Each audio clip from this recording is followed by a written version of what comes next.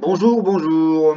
Alors nous allons continuer cette leçon de géométrie sur le cercle avec une découverte. La semaine dernière, je vous avais demandé de faire des mesures avec des objets de forme ronde. Je vous avais montré l'exemple avec une roue de vélo. Vous pouviez prendre toutes sortes d'objets. Alors j'ai rassemblé les résultats des quelques élèves seulement qui m'ont envoyé leurs résultats. Voici ce que cela donne. Donc Zacharia, lui, il a mesuré un CD, un couvercle et une assiette. À chaque fois, il a trouvé 3,25, 3,09, 3,14. Anaé, avec un cerceau, un petit pot et une bougie, a trouvé 3,17, 3,50, 3,29. Les jumelles d'Amani ont mesuré un pneu, un cerceau, un plateau. Voici leurs résultats, 3, quelque chose. Eléa, pareil, un CD, un sous-plat, un moule à gâteau, 3,06, 3,12, 3,27. Et Emma, elle, a trouvé le même type de résultat, 3,14, 3,15, 3,14. Tiens, tiens, tiens, tiens, tiens. C'est quand même étonnant. Quel que soit l'objet, qu'il soit petit, qu'il soit plus gros, on trouve toujours 3, quelque chose.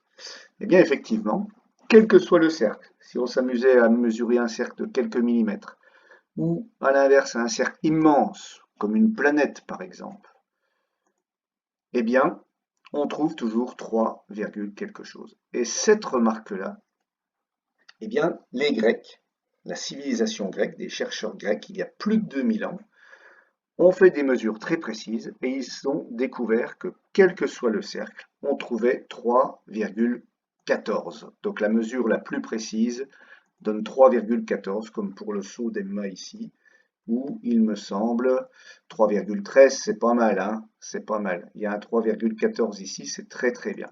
Donc si vous vous éloignez, 3,50 par exemple pour le petit pot de Anaé, 3,50 c'est que la mesure a été imprécise.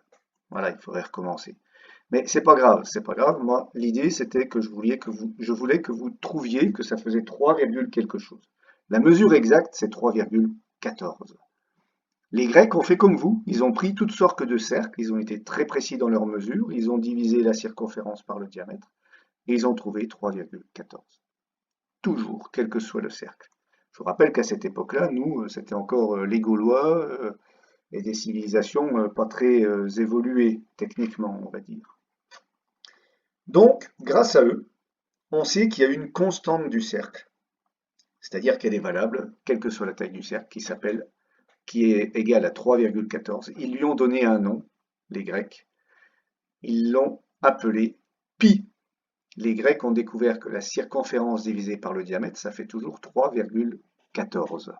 Ils ont appelé ce nombre pi, c'est-à-dire ce symbole-là en grec.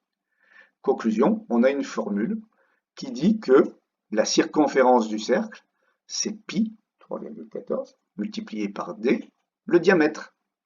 Ou alors avec le rayon, puisque vous savez que le rayon, c'est la moitié du diamètre, et donc le diamètre, c'est le double du rayon, on peut dire que c'est 2 fois pi fois r le rayon.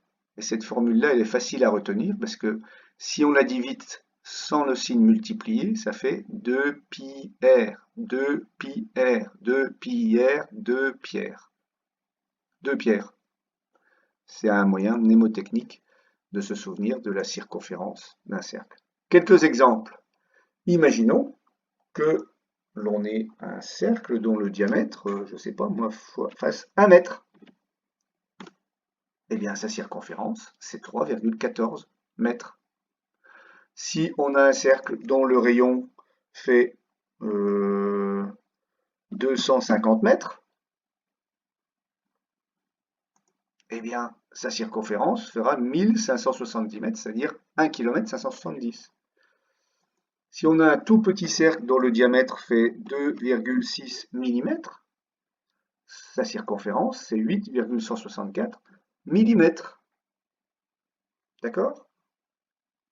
Si son rayon est de 34,8 cm, eh bien sa circonférence c'est 34,8 fois 2 fois 3,14, c'est-à-dire 218,544 cm.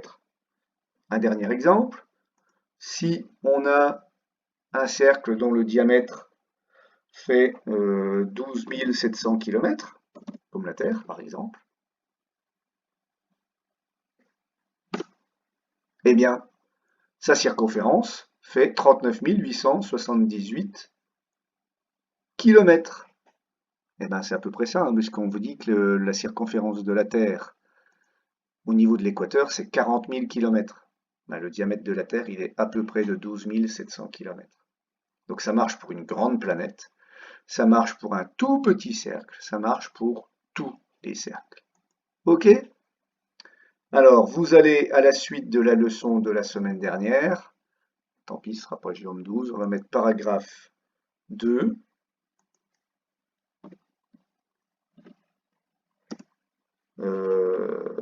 Circonférence du cercle. Vous soulignez et vous recopiez ce petit texte, ces deux lignes, et vous entourez la formule magique. Voilà, vous en servirez surtout en 6e. D'accord? Allez, on va passer à des exercices écrits que je vous ai mis sur la fiche de travail.